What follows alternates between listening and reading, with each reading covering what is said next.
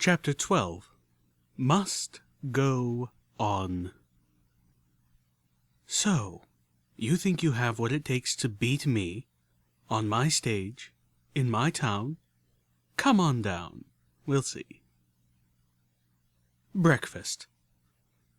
I hoofed a small pile of bottle caps across the sheet metal counter while a scarred pony with a dark tan coat and a roasting meat cutie mark pulled a rabbit shish kebab from the barbecue grill. Guests or not, we were expected to pay for our food. I'm not sure why I had expected otherwise. I picked up my meal, the savory aroma assaulting my nostrils, and carried it over to the table where Calamity was already digging into a bowl of oatmeal. "Little Pip, what are you doing?" Velvet Remedy nearly shrieked as she saw me approach. I stopped short, looking at her quizzically. Velvet Remedy looked stricken. "You're not going to eat that, are you?" I nodded, unable to respond with the shish kebab still in my mouth. My stomach was rumbling. I sucked up a bit of escaping drool and was hit by the flavors of barbecued rabbit. It wasn't quite what I was expecting, and made my stomach do an odd lurch, but it was good.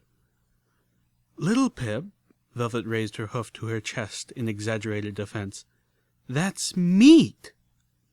"Uh-huh," I mouthed through my breakfast, hoping in vain that, having established this fact, I would be allowed to eat in peace. Velvet Remedy's eyes narrowed. "We're vegetarians," she said flatly. I paused at that. True, all I had ever eaten in Stable 2 was apples, but I had assumed that was because it was the only thing we had for eating, and I felt I would be perfectly happy never eating another apple as long as I lived. I thought back to my first meals outside, how I had found cooked meat stored in a refrigerator, and simply assumed that's what ponies ate in the wasteland. My stomach had fought it uncomfortably, but I figured that was more the result of a lifetime of apples, and that outside food would just take some getting used to. For the most part, I'd felt I'd acclimated well. Of course, now that I thought about it, it had been a Raider refrigerator, so diet was suspect. Calamity finally pulled his head out of his oatmeal bowl, winging in on our conversation. "Oh, we can eat meat all right, just don't much like to. Ain't really good for our diet." Calamity looked sideways, his oatmeal-covered lips curling to a frown.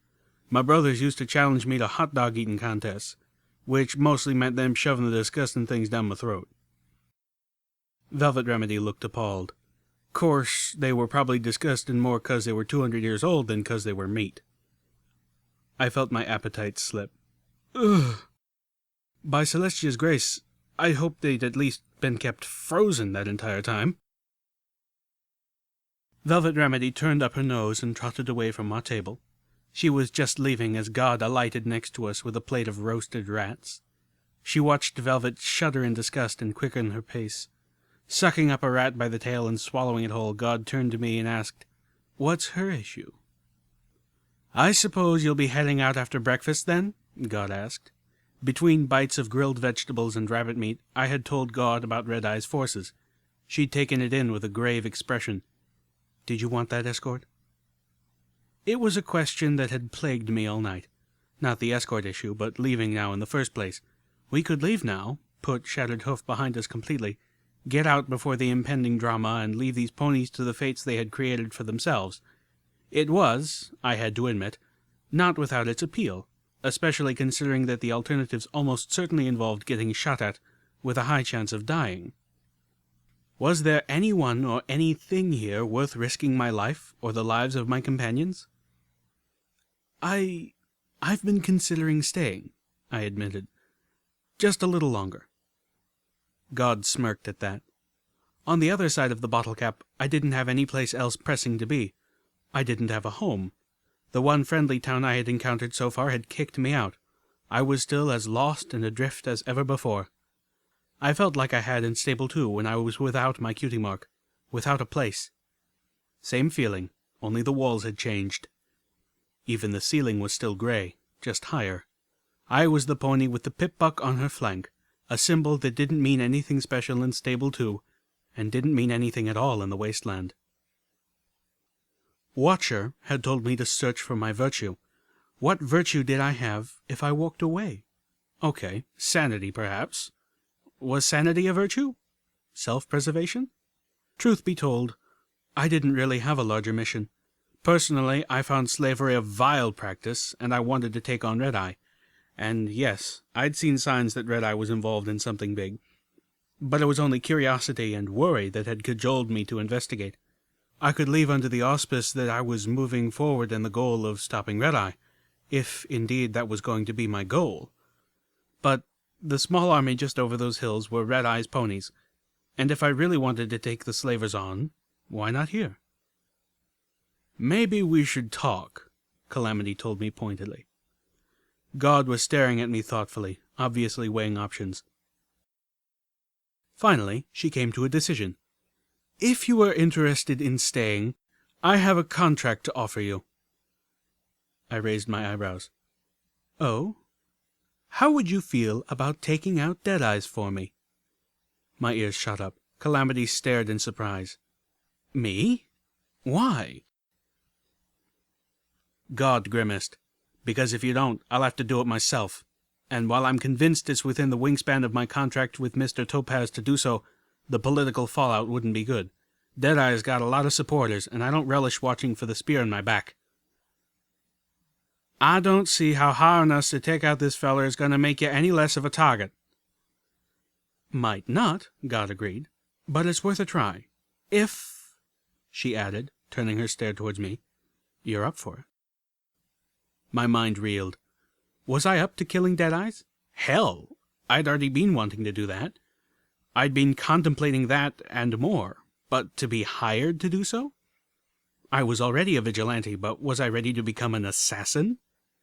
I'd been out of the stable more than a week, less than 2. If I did this now, what will I have become by the end of the month? By my next birthday? I'll think about that, I answered honestly. God frowned. Of course, she would want an answer right away. There wasn't exactly much time. We had less than a day before Red-Eye's people marched into Shattered Hoof. It occurred to me that, considering what I knew of God and the Talons, she'd have more respect for me if I asked, what would we get out of it? What's the pay? I swear the hint of a smile touched God's beak. Deadeye's has a key. Keeps it hidden in his tail all the time. Key opens a vault under Shattered Hoof, down where the old mines are.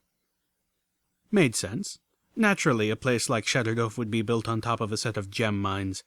They couldn't have always relied on just the rock farms. When the gem mines ran dry, what else was there to do with them but use them as storage? Diamond Tiara's last message had even said something about sending the best gems below. What's in the vault? God smirked. Your payment, whatever that happens to be. Could be gems, could be weapons. Pre-apocalypse ponies used the gemstones from Shattered Hoof to build magical energy weapons. Considering that the armory was filled with them, it's a fair assumption that the vault might have even more. The idea of storing a mass of magical weapons just beneath a prison seemed more than marginally insane to me. After all, surely they didn't build the things here. But then, if I killed Deadeye's, it wasn't going to be for the reward anyways. You can't do this! Velvet Remedy stomped and snorted about the cattle car, empty but for the 3 of us. Little Pip, it's one thing to kill in self-defense, or to protect others, but this... She turned on me with a stare that could petrify the overmare herself.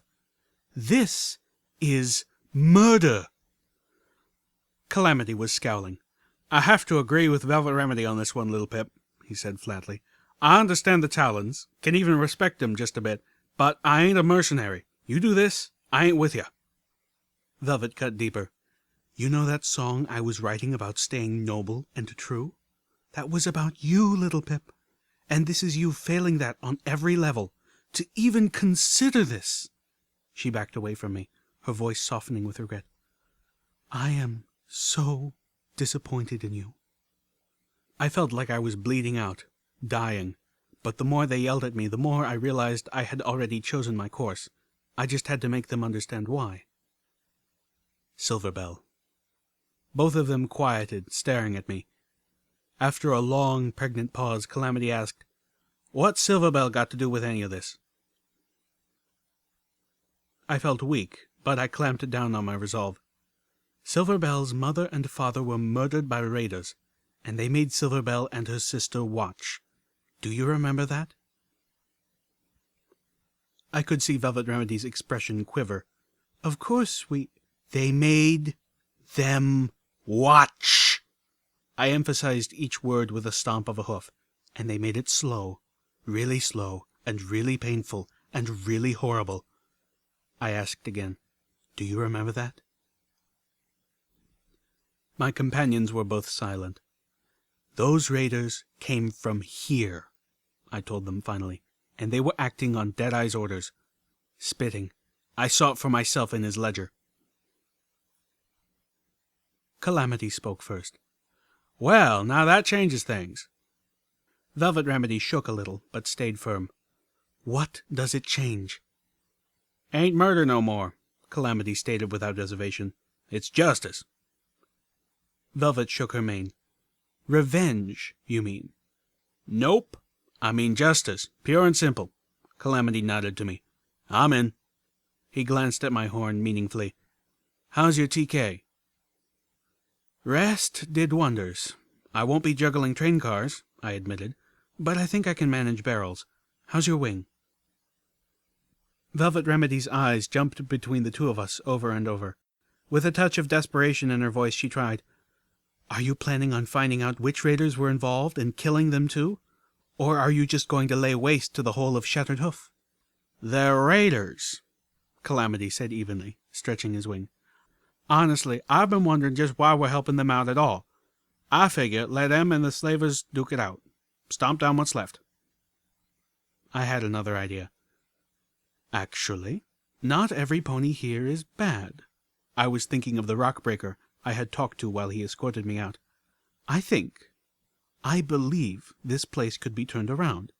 Maybe become a trading town instead of a raider fortress."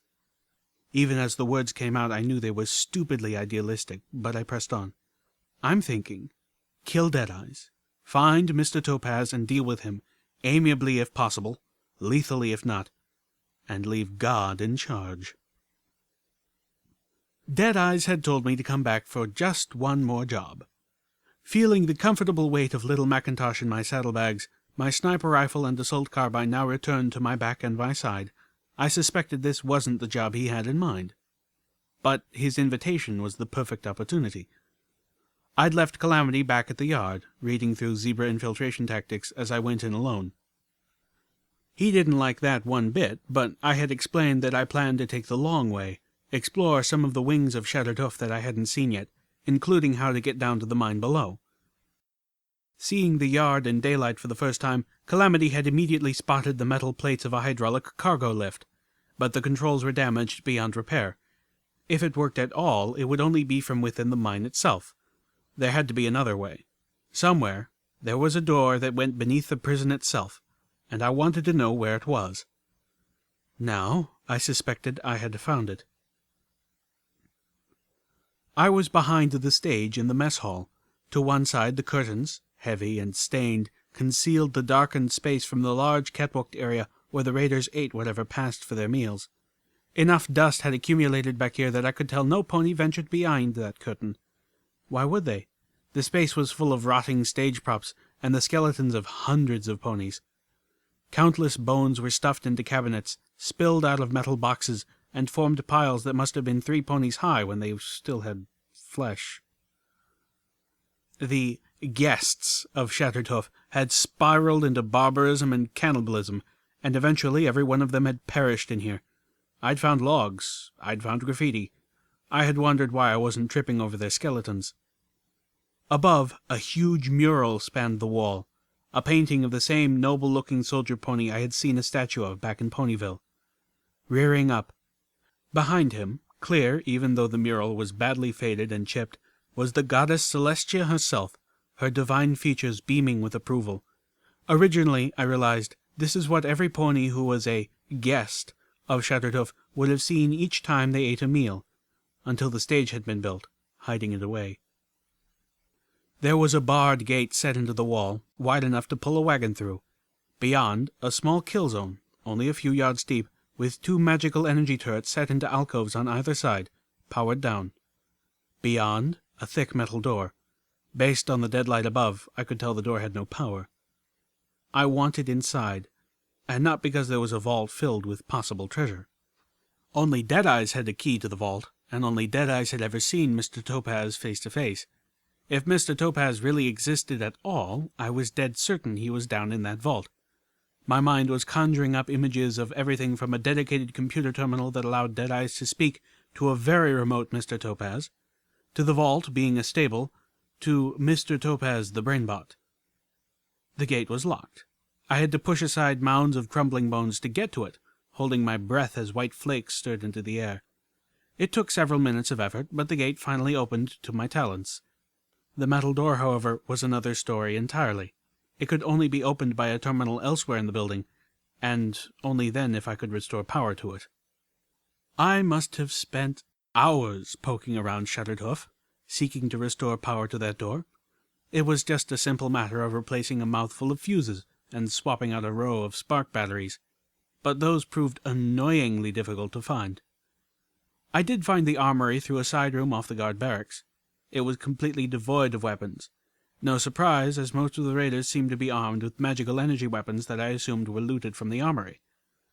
There was, however, a framed news article on the back wall, and behind it, a safe. As I took the frame off the wall, the photograph caught my eye. The scene was in the midst of a light winter snowfall. Picture was of a funeral. From the looks of it, a very important one, as the shadowy figures of two winged unicorns stood in the background, badly out of focus. One was markedly shorter than the other. My mind wanted to turn them into the goddesses Celestia and Luna. But that wasn't what had captured my attention. The photographer's eye had focused on a mare, a single orange pony who, unlike all around her, had shunned the formal black dresses worn by others to wear only a black cowgirl hat and a black kerchief around her neck with an image of half an apple embroidered on the front. The camera had caught a splash of light glistening off a falling tear as she dropped a single, beautiful flower onto the casket. The mare's cutie mark, 3 apples, was identical to the design on Little Macintosh. All of Equestria mourns Big Macintosh, hero of Shattered Hoof Ridge. 2 weeks ago we didn't even know his name, but when Big Macintosh leapt in front of a zebra assassin's bullet meant for Princess Celestia, dying instantly, he also leapt into the hearts and minds of every loving and patriotic pony, becoming a paragon of courage, bravery, and self-sacrifice to all of Equestria. Funeral services were held this afternoon in the western courtyard of Ministry Walk. By decree of Princess Luna, Pegasus ponies arranged for a light snow. The safe had opened to reveal 2 stealth bucks, the last spark batteries I needed, and a variety of ammo clips which, according to the documents found with them, were magically enhanced. Bullets for Little Macintosh, the needle gun, even Calamity's battle saddle, plus 2 types for weapons of a caliber I was unfamiliar with, although I suspected one type was for the multi-barreled battle saddles I'd seen slavers using. I had just saddlebagged my new treasures and was putting the framed article back in place when the sound of talking raiders froze me. "Sure they ain't gonna blow themselves all to hell and back on the landmines?" One voice, a stallion. A youthful-sounding mare snorted. "Like I'd care all that much if they did. You have any idea what those damned slavers did to my town?" I hastily finished replacing the frame and hugged a wall behind one of the empty sets of ammo shelves, ears alert. "Ain't y'all from Littlehorn? I heard they massacred that place." "Nah, but it would have been kinder to.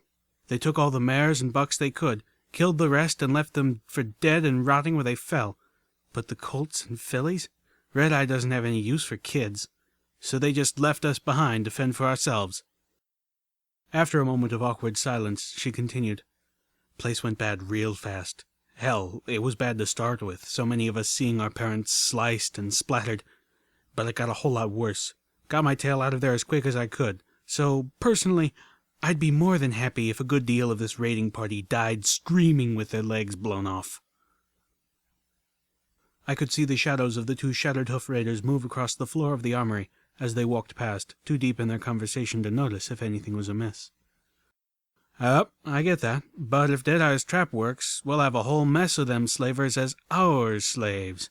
Then you can take it out on 'em all slow and personal-like.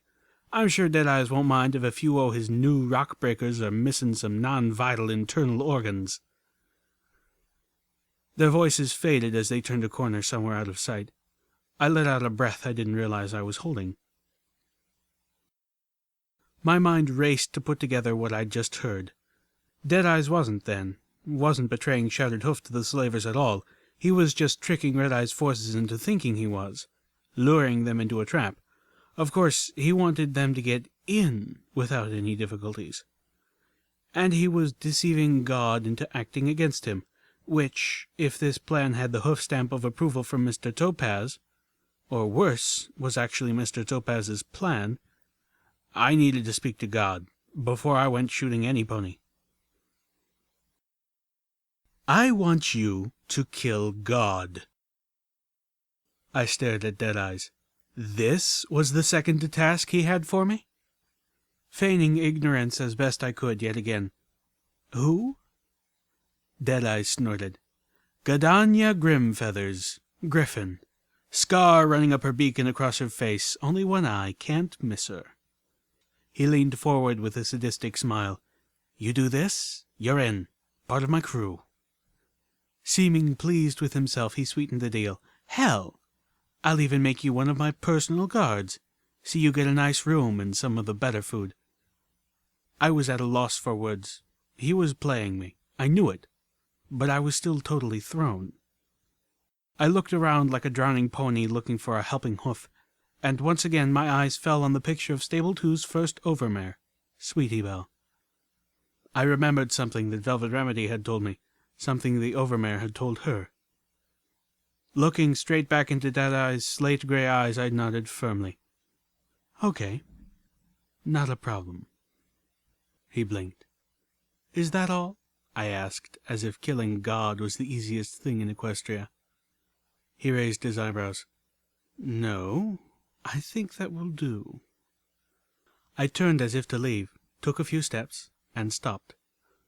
Looking over my shoulder, "It's not like ponies here won't suspect you. You should have an alibi." His eyebrows raised further. "Tell you what, I've got a plan that will take care of your griffin problem and leave you looking clean." His eyes narrowed now. "Oh, do you? Please, do tell. Ever heard of a pony named Sweetie Belle?" Deadeyes blinked in surprise, and then laughed. He pointed at the picture on the wall. "Heard of her? I have every song of hers you can find in the wasteland. Do you realize she actually performed here, right down on that stage?" He pointed his hoof in the direction of the mess hall. "Take the stairs just outside my office, and they'll take you to the balcony where the Friendship Warden watched the performance." Wow. I had hoped Deadeyes was at least familiar with the mare he had on his wall, but I never imagined the sadistic bastard was a fan. He stopped gushing, his voice turning colder. "Why?" I took a deep breath. "Well, by now you know I didn't travel here alone. One of the people traveling with me just so happens to be a direct descendant of Sweetie Belle, and as it turns out, musical talent runs in the family." I had his attention. "Her name is Velvet, and she's on her way to Manhattan to record some new music for DJ Pond 3's station." Wait, that was actually a pretty good idea. And it would give me a way to talk to the Wasteland's most famous buck. What I'm thinking, I can talk her into putting on a performance here, using that very stage. My mind was racing, trying to put together a decent-sounding plan as quickly as I spoke. "We'll do it tonight. Invite every pony in to see it, and Gadanya Grimfeathers, too." Deadeyes, I could see, was liking this idea. And with the battle coming tomorrow morning, he had to be figuring the timing for a morale-boosting celebration was perfect. "I'll be hiding up in the balcony. I'll take 2 shots, one through the head of the griffin, the other into your table, close enough to look like you were also a target." I levitated out one of the stealth bucks. "I'll be gone before any pony can catch me or even see who it was. You can blame it on a slave or assassin. Who wouldn't buy that?" especially if every pony knew the slavers were due to attack en masse the next morning. Deadeye contemplated the plan while I stood there, feeling increasingly nervous. He had to realize this plan put him in the same crosshairs as God, and he already thought of me as her spy. Would he believe I would betray her so quickly, that my loyalty was up for grabs? "I like it!" Deadeyes broke into a grin. He clapped his hooves together. "Just one stipulation." Uh-oh. "This Velvet of yours, I want to hear at least 2 songs before you go interrupting her show, including something by Sweetie Belle." Any particular one?" He smiled. "Hell, I love 'em all." He leaned back. "Surprise me." As I walked out of Deadeye's office, I took another look around. I remembered how Deadeyes and his guards had gone off a different way just before I stole the ledger. Now I was unsurprised to find the passage led to stairs that wrapped around to the balcony above. I looked it over. Shadowed. Occluded. It was a perfect sniping position. On my way back down the steps, I noticed a sickly apple-colored glow which I hadn't seen before. One of the terminals in one of the desks in the room outside of Deadeye's office was powered up. I was sure it hadn't been before. Replacing those fuses and spark batteries must have powered it up. Pulling out my access tool, I hacked into the terminal. There were no menus, no entries. Instead, a single function. I had found the terminal that opened the door to the mines and vault below. "I'll put a bullet through Deadeye's head," I told God, "and another into your table. Then use a stealth buck to slip out before any pony can identify me. You can blame it on the slavers who are attacking tomorrow." God was pondering the idea skeptically. Sure, some ponies might still have suspicions, but not the kind they could act on, particularly if you take over and lead them to victory against the slavers. God shook her head. "I've got to hand it to you. You're one hell of a devious plotter." I felt a rush of pride, and then immediately questioned if enjoying such praise spoke good or ill of me. A few minutes later I joined Calamity and Velvet Remedy in the cattle car. Velvet Remedy was prancing around nervously. "A show? With only 2 hours to prepare?" "And why are we doing this again?" Calamity was confused. "Whose side are we on?" "Same as before. Basic plan shouldn't change, but first I want to get those 2 in the same room together." Velvet Remedy opened one of her saddle boxes, pulling out a notebook. "What songs will I do? Most of my music isn't really raider appropriate. Somehow I don't think songs about peace and love, nobility or freedom are really their fare." Calamity whinnied. "Well, most of the lot are escaped slaves." Velvet Remedy was checking down her list of songs. "Well, that one's out. That one might work. Ooh, that could be fun, but it was originally meant as a duet. I read in an old magazine that Pinkie Pie and Vinyl Scratch once performed it at Hoofbeats. I could tweak it for one pony, but it really requires musical accompaniment. Maybe a Velvet Remedy original? How about—" I blinked, remembering. "Well, Deadeye's expecting 2 songs before the attack, and he says one of them has to be a song by Sweetie Belle." Velvet huffed. "And you were going to tell me this when?" Just now?" She nickered. "Great. 2 songs, one by my great-great etc. grandmother. Well, at least I know most of those by heart, but the other—" I couldn't help but roll my eyes. As much as I adored Velvet Remedy's music, and fell in love with her in every song, tonight we were just looking for a distraction. It didn't have to be perfect. "Y'all think y'all will be able to keep every set of eyes on you?" Calamity asked. Velvet Remedy looked playfully insulted. "Why, of course, dear. There won't be an eye for any pony else in that room." I believed it. I believed Velvet Remedy could keep every eye on her, even if Ditsy Doo was in the audience. Suddenly Velvet Remedy gasped. "Every eye! I need a bath! Oh no, what am I going to wear?" "I can help with that." Velvet cocked her head. "No, thank you. I can bathe myself quite well enough, dear." I stammered, flushing hotly. That wasn't what I meant, but now that she had said it, I couldn't drive the image out of my mind. My heart fluttered in my chest. Calamity neighed and turned away. "I'll give you 2 some private time for—" he waved a hoof between us. whatever this is. He made a quick exit, muttering something about helping God's ponies get their magical plasma cannon up and running before Red Eye's forces got here. I wasn't paying any attention. I only had eyes for Velvet Remedy, and I could feel my face burning. I stomped. I mean it. I have the perfect thing for you to wear. Focusing my magic, I opened my saddlebags and slid out the most beautiful dress in the wasteland. My find from Carousel Boutique. How can I fix this? How many times must I try? Please, this time let me get it right. Get it right. Velvet Remedy was gorgeous. The dress was perfect on her, making her more stunning than I had ever seen her before. Her horn was aglow, and the stage was awash with a warm, colored light that shifted with her voice and the mood of the song. I rear up on my hooves, throw a buck into the air, and let my firm resolve overwhelm my despair. She'd chosen, as her first number, that same incredibly heart-breaking song from the radio. Something every pony would be familiar with, and she was more than doing it justice. She was magnificent. I crouched on the balcony, covered in the ever-disgusting mattress cover. Sats was ready. My sniper rifle was loaded and tucked at my side. I actually hated myself for planning to ruin her performance.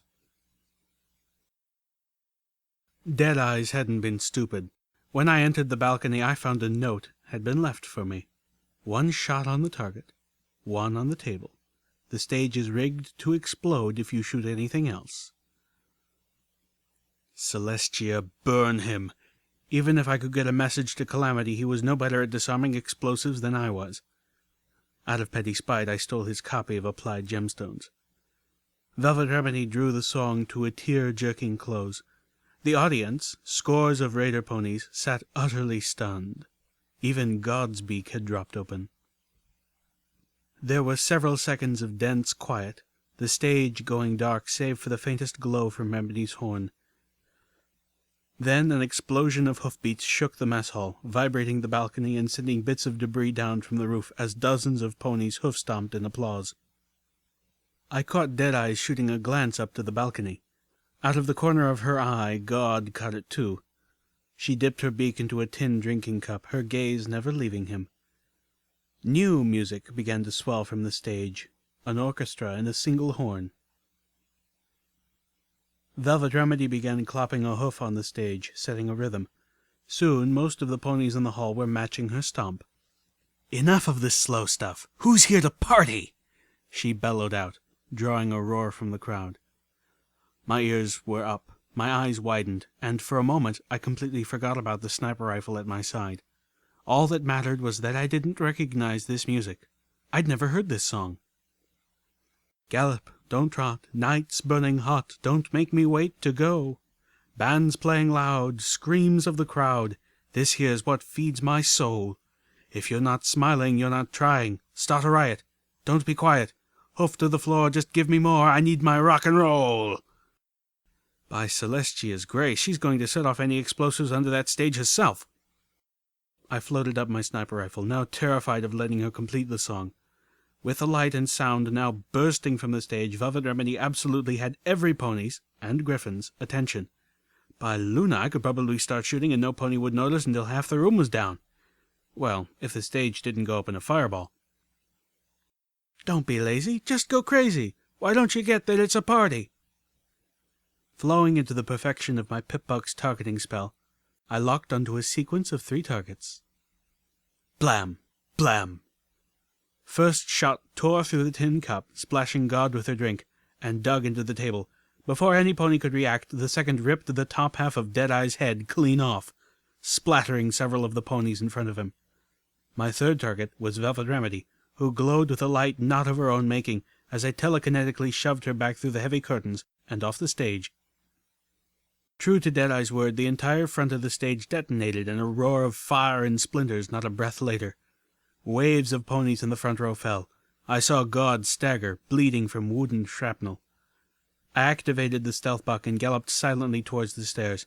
From below, I could hear some pony yelling, "It's the slavers! They're attacking early. Completely fair assumption, I thought as I hit the stairs. I was halfway down when an explosion from somewhere outside let me know the panicking pony hadn't been completely wrong. As I raced for the terminal, my mind boggled at the coincidence. But no, I realized as I got to the desk and activated the terminal's single function. It wasn't coincidence at all. Red-Eye's slavers weren't going to trust Deadeye's. Just as Deadeye's planned to betray them, they must have always intended to attack early. And right now, every single pony was in here. In accordance with the plan, even God was in attendance, as were her loyalists. We'd pulled all the ponies into one place and left the outskirts and guard posts undefended. Of course they would attack now. The stealth buck was just wearing off as I dashed into the room behind the curtains. I found Velvet Remedy pulling herself out of a pile of skeletons. Her perfect dress had bones hanging from it. Panting, I apologized, explaining the note. She waved it off. "Oh, that's quite all right. I'd much rather be buried in skeletons than actually join them." With a smile that melted my heart, "Thank you, little Pip." Then, as an afterthought, "Couldn't you let me finish the song, though?" Sheepishly, "I was afraid you'd set off the explosives yourself." I looked back towards the curtains. From the flickering light around their edges, the front side of the curtains was on fire. They were thick enough that the flames hadn't chewed their way through yet. I looked up. Black smoke was beginning to coat the ceiling. On the other side of the curtains, I heard gunfire and magical energy blasts being exchanged. I looked around for Calamity. The rust-colored Pegasus galloped in a moment later, his black cow-pony hat nearly falling off. A key dangled from a chain between his teeth. Velvet Remedy rolled her eyes with a laugh. "You actually stopped to get the key?" Calamity turned his head, hooking the chain to one of the guns on his battle saddle. "Hells yeah!" He grinned to Velvet. "Depending on who wins out there, I'm already making plans to swoop back in and loot their bodies." Velvet Remedy turned up her nose. Even I rolled my eyes. Then I turned and trotted for the gate. "Come on." Calamity bit the tip of my tail, stopping me. "Whoa there, Dumpling." He nodded his head towards the gate. I turned to look. On the other side of the gate, between us and the now open metal door, were 4 turrets pointing right at me. I groaned. Turning back on the power, turned on the turrets too. How could I have been so stupid as to not realize that would happen? I could have disabled them before, when it was safe. "We take out all 4 at once?" Calamity asked. "No, hold on, let me think." "Why are we still going down there anyway?" Velvet asked, clearly assuming the rest of the plan was a bust. I was tempted to agree. Now, more than anything, I'm kinda hoping there's a back way out. I lifted my pip buck and looked at it. "Okay, we're in luck. I've got one more stealth buck. I can use it to get up to the turrets and reprogram them, just like the ones back at that Pegasus convoy. That way, they'll let us through and keep any pony who gets the idea to follow us out." We had a plan. I pulled the dead stealth buck out of my pip buck and slotted in my last one. Then I got to work.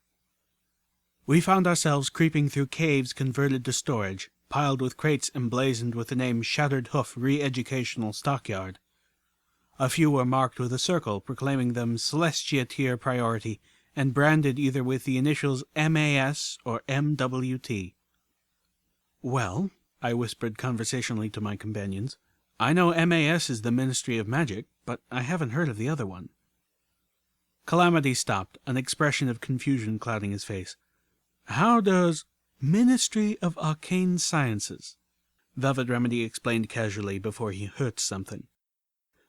A voice, low and deep, rumbled through the caves, bringing us all to a halt. "So, you're the little ponies who have come to my town and made such a mess of things. You've killed my lieutenant, and now you've come for me."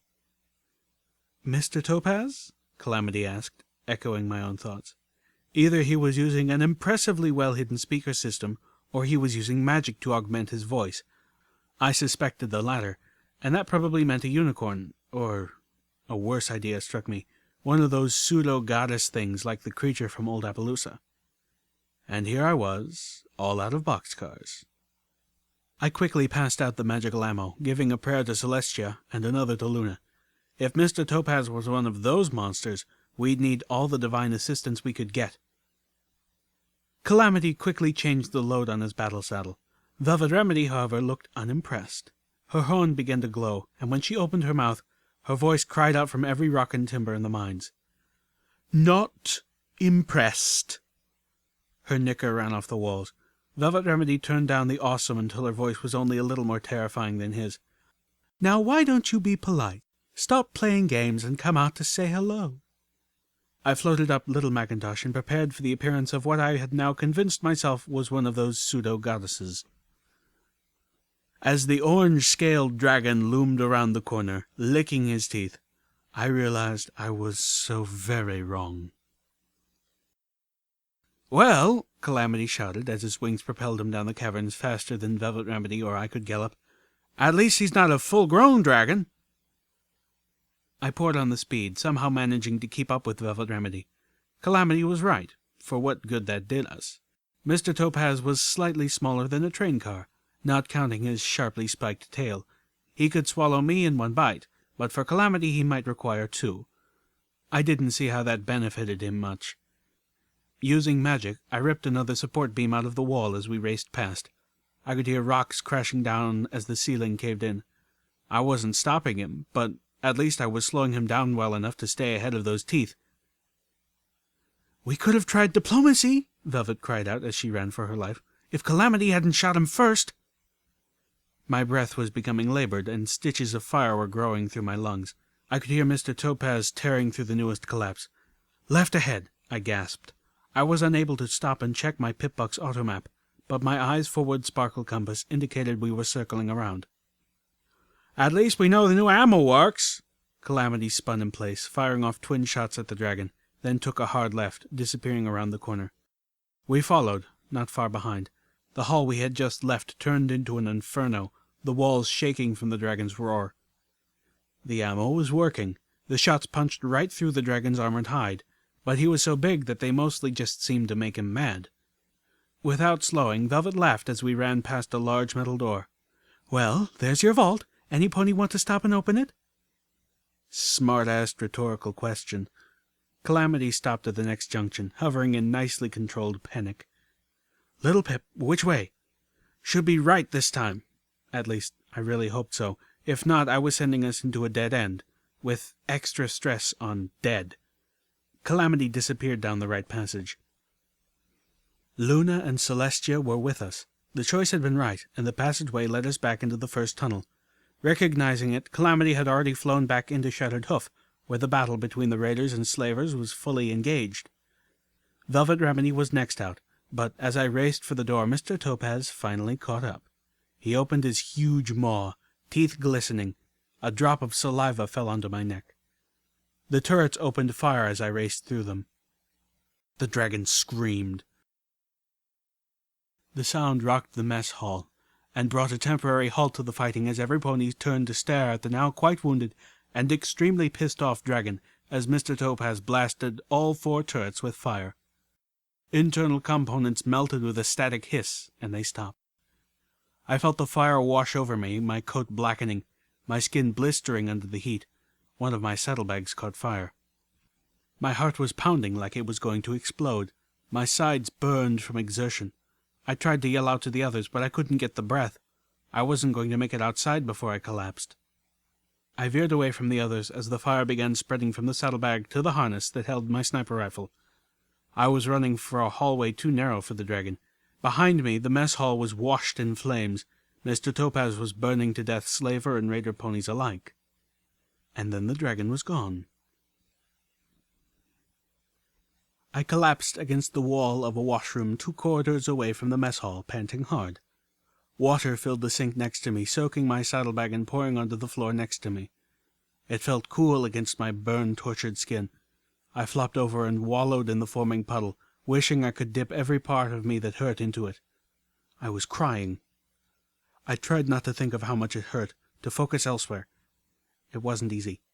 The dragon, I assumed, had headed back into the mines. He could probably fly around the mess hall all he wanted, but the rest of the halls were too narrow for him. He was probably born down there, or... Velvet Remedy collapsed next to me, breathing heavily.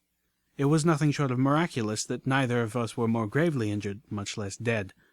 I tried to get up, but now that I'd stopped, my legs were refusing to work again. "Where's the dragon?" I panted, searching for confirmation of my theory. Velvet Remedy just shook her head. She didn't know. "Where's Calamity?" "I don't know. Lost track." Damn it. Calamity wasn't foolish enough to go back down there after him. Or the vault. Was he? No, of course not. He just got separated, that's all. But if the slavers and raiders were still going at each other in the yard, it wasn't safe to stand around at the rendezvous point. Would he fly back to Junction R7 and wait for us there? Or engage the ponies fighting and... Oh, blessed Luna! Little Pip? Velvet Remedy, as exhausted as she was, held her ears alert.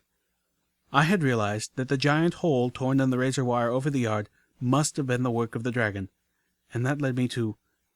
The cargo elevator! The dragon's going to come up through the rock yard! I hissed in pain as I tried to move. Velvet Remedy looked at me with alarm. Little Pip, here, let me... She weakly opened one of the yellow medical boxes she used as saddlebags and pulled out the very last of our healing bandages, as well as a syringe. "This will dull the pain," she panted slowly. "Trust me, you'll need it." She was very right. The painkiller helped. I screamed anyway. When Velvet Remedy had finished, I felt lightheaded, and my vision was blurred with tears. I moaned weakly, knees trembling, as I finally got to my hooves. "Little Pip, you're in no condition—" But there was no conviction in Velvet Remedy's voice, just sorrow. She knew, as well as I, that we couldn't stay here, and she knew I had to try to help Calamity. "Do we have any buck in our supplies?" I bit my lower lip, hating to ask her for such a thing. Velvet Remedy spared me her usual gasp of disapproval, simply bringing out the bottle and passing me a few of the yellowish-orange pills inside. "Thanks," I whispered, floating them into my mouth. I stuck my head under the waterfall spilling out of the faucet and swallowed them without chewing. It took a few moments, long enough that I feared it wasn't going to have the effect I needed. A burst of energy flooded through me. I felt stronger, faster, less exhausted, and more awake. This was good. This would definitely do. I lifted my soaked saddlebag out of the sink and back onto my flanks, hissing as they rubbed against my bandaged skin.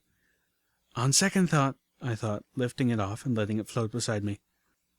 Turning to Velvet Remedy, I made an effort to keep from sounding bossy. "Velvet, would you please try to find Calamity? Just be careful. Don't get caught by any pony." She nodded. "What are you going to try to do, Little Pip?" I glanced towards the door. "I'm going back down. I'm going to get to that vault. If we're lucky, there will be something inside that will give us a chance against that dragon." "But," Velvet Remedy frowned, "Little Pip, you don't have the key." With a smile. "When have I ever needed a key to get past a lock?" The mess hall was a slaughterhouse. The charred frame of the stage was still licked with flame. The air was choked with smoke. The smell of roasted ponies, some of them still on fire, tried to strangle me. I was in a hurry, but I still took time to snag a few of the random, less damaged weapons from the floor before I made my way past the heat-twisted gate and slagged turrets. Behind me, the flame-broiled crossbeam that once held the stage curtains came crashing down. I made my way towards the vault. Turning a corner, I found myself face to face with a pony in leather armor wielding a magical energy lance. I couldn't tell which side she had been on, but it didn't matter. She immediately dropped into a combative stance. "Wait!" She thrust the glowing tip of the lance at me. I tried to dodge, my side slamming into the cave wall. A line of stinging agony swept across the side of my neck, my flesh bubbling and melting.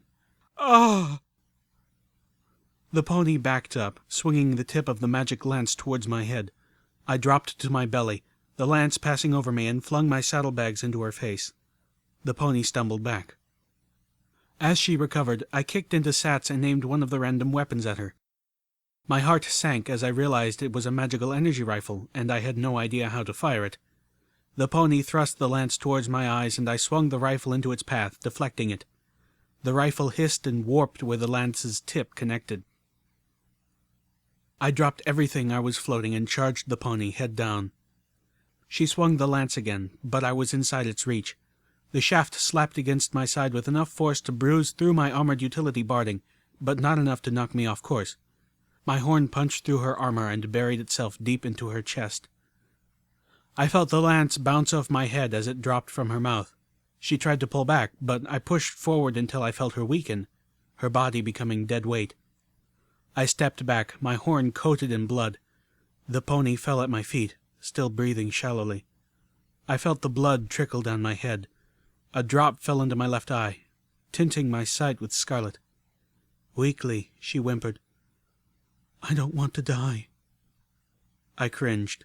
I tried to blink the blood out of my eye, but instead more drops fell in, blurring my vision. "It's too late. I'm sorry." I was, honestly. "I can't save you." I contemplated breaking her neck. She was already dead. Why make her suffer? I raised my hoof and stepped over her. I couldn't do that. No matter what I was allowing the wasteland to make me, I hadn't changed that much yet. I walked down the shaft a few more feet, then stopped and turned. I floated my saddlebags to me, opening them and drawing out my blanket. I laid it gently across her. Then I floated the weapons up from the ground, leaving the magical energy rifle, but adding her lance to my collection. I didn't have any further trouble before reaching the vault. The tumblers fell into place, and the metal door to the vault unlocked with a click. And then all the alarms went off. Apparently, while I didn't need a key to open this door, I did need it to do so quietly. I planted my forehooves on the heavy metal door and, straining, pushed it open, something I almost certainly couldn't have done if I wasn't hyped on Buck. I stepped into the darkness beyond and focused, increasing the light of my horn to illuminate the room. There were many things I had been expecting. This wasn't any of them. The room was filled, top to bottom, with shelves of memory orbs. Each orb was tagged with a date and a guest number. There must have been hundreds of them. My ears and tail drooped. There was nothing in here that would help against— "Well, well, aren't you insistent?" I spun around. Mr. Topaz was crouched at the door of the vault, the dragon's head sticking in. He was too broad at the shoulders to fit, but he completely blocked my only exit, and one breath of fire would incinerate everything in the vault. "I was on my way up to chomp a few of your friends outside, particularly that delicious-looking Pegasus, when you just had to ring the dinner bell." I was able to back just out of chomping range before my tail hit the back shelf, sending memory orbs falling to the floor. I looked around frantically, but there was no place to hide or flee. "You just had to get yourself eaten first. I admire that perseverance," the dragon joked wickedly. First? Mr. Topaz was sadistic, but at least he was talkative. If I could keep him speaking, maybe I could figure a way out. I tried racking my brain for some telekinetic trick that would save my hide. "The gemstones are dessert, of course. You ponies, you're the main course." The dragon scowled, making me want to scream. "Of course, you went and mucked everything up. I spent all this time and effort ensuring a harvest perfect for a final pre-sleep meal, and now most of them are dead." His glare was filled with hatred. "You ponies taste so much better alive." I backpedaled, pressing myself into the shelf, knocking down dozens of the little mystical orbs which scattered across the floor, rolling in all directions. The dragon's gaze was drawn momentarily to one of the rolling balls. "What exactly were you expecting to find in here, anyway? Mountains of gems? Because you thought I'd enjoy needing to call down that imbecile Deadeyes every time I got a big peckish? Did you even look in the crates?" No. He laughed, the breath of his merriment heating the room until I felt I could faint. I lost all focus, my saddlebags and collected weapons clattering to the ground. He glanced at them in amusement. "Or was it weapons? Did you hope to find a magical shotgun of dragon slaying, perhaps? Because there would ever be any dragon suicidal enough to keep something like that around the house." "No," I said again, although this time he had been fairly on the nose. The dragon reached into the room and flicked one of the orbs at me with a claw. "Go ahead. Try one. You died for this, after all." I was going to die. Hesitantly, I reached a hoof towards one of the orbs, but then drew it back. I was sweating profusely. The heat in the room was draining my strength. Soon I wouldn't be able to stand, and still, the only strategy I had was to keep him talking. What are they? Confessions. The dragon smiled cruelly. Seems the old mare of your Ministry of Morale didn't exactly trust normal methods of interrogation. Some incident in her youth or something.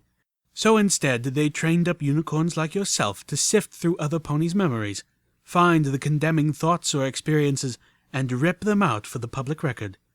Didn't want any innocent ponies getting sent to Shattered Hoof, after all. Well, but that's... Of course, not every pony came out of the process in the same condition they went in, mentally speaking. But what is it you ponies say? Can't bake a pie without dicing some apples? He laughed again. This time I did lose consciousness. Only for a moment, I think, but I found myself laying on the floor with no memory of falling. That's awful. The dragon stopped laughing. You see, little pony? Look at what you ponies are doing to each other up there. Look at what you did to each other in here. What makes you think your pathetic, wicked species is worth anything other than dragon food? I tried to get up. I just couldn't. The heat was making all my burns blaze in agony. I felt like I was on fire again, only this time it was worse. I cried out. The dragon was going to eat me. There were no options, no tricks, no other ways out. I was going to die in here, like this, alone in a tiny metal room underneath a prison. But still, I tried to answer. Not all of us are bad. Some of us are good. The dragon snorted, adding smoke to the heat. Yeah, I can see that. He was staring at me, and it took me a moment to realize he was staring at my horn. The heat had caked the blood. Mockingly, he offered, Well, I suppose some of you are good. With ketchup. Makes you ponies nice and slippery going down. I cringed, fearing he would laugh again. The air was almost too hot to breathe. Although personally I prefer mustard. The mine shaft outside erupted in green liquid fire, the blast catching the dragon in the side with enough force to yank his head out of the room, sending him sprawling. Yee-haw! Blessed cool air swam into the room, clearing my head. That was Calamity's voice. How'd you like them apples? Calamity flapped into view, carrying the magical plasma cannon from Junction R7. Hey, Lil Pip. Boy, am I glad to see you're okay. Sorry it took me so long to get back. These things are heavy when they're not properly mounted. The monstrous, tri-barreled weapon was bigger than he was, strapped to his underbelly, with its power array attached to the top of his battle saddle with rope. I found myself giggling half hysterically. You look ridiculous. Yeah, well... Calamity's joyful voice cut off. Oh, you have got to be kidding me. What? He's getting back up. Run! Run was a bit more than I could manage. A third of my body felt like I was being held to a flame. I staggered, trying to focus. My saddlebag started to lift. Calamity fired again, the blast from the cannon obliterating the air, the kick sending the Pegasus pony hurtling backwards. The dragon roared in pain and rage. Glorious Luna, what does it take to kill one of these things? Telekinetically grabbing the rest of my possessions, I dashed out the door. Calamity was biting off the ropes holding the cannon. Can't carry this and you at the same time. I looked back. The dragon was badly wounded, possibly mortally. One of his wings was warped and deformed. The scales on his side had melted back against his ribs. One of his legs was a deformed stump, and still he was getting back up, his eyes filled with rage. He opened his mouth to bellow fire. The fire was only a fraction of the blasts he had managed before. I felt the wave of superheated air that rode in front of it, but the flames didn't reach us. Moments later, Calamity was pulling me up through the air, up out of the hole left by the lowered hydraulic lift, and into the sky. We shot past God, engaged in brutal aerial combat with 2 griffins from the slaver camp. Out of the corner of my non-blooded eye, I saw her draw that magical energy shotgun and empty it point-blank into the breast of one of her opponents. Beneath us, the chaos of warring ponies filled the rock yard, explosions and bursts of magical energy forming a violent dance of carnage around the dark, hollow square of the lift. The dragon, impossibly, followed. Even with its ruined wing, the dragon was faster than we were, tearing through the hole in the razor mesh in pursuit of us. Calamity would have been more maneuverable had his wing been fully healed and he wasn't carrying the extra weight. As it was, we were a two-pony flying brick. As the dragon drew closer, Mr. Topaz opened his maw wide. Glancing back, I saw rows of viciously sharp teeth surrounding a dark, insatiable gullet. I had an idea. Keep flying straight. Calamity grunted, straining his wings for more speed. I hope you know what you're doing. I opened my saddlebags and pulled out the rest of my grenades. All of them. I noted with terror-tinged amusement that they really did look like metal apples. "How do you like?" I whispered, as I let go of everything but the stems, sending the grenades right into the dragon's ravenous throat. Even as they disappeared, it occurred to me that I might have made a horrible mistake. Dragons can breathe fire and eat gems.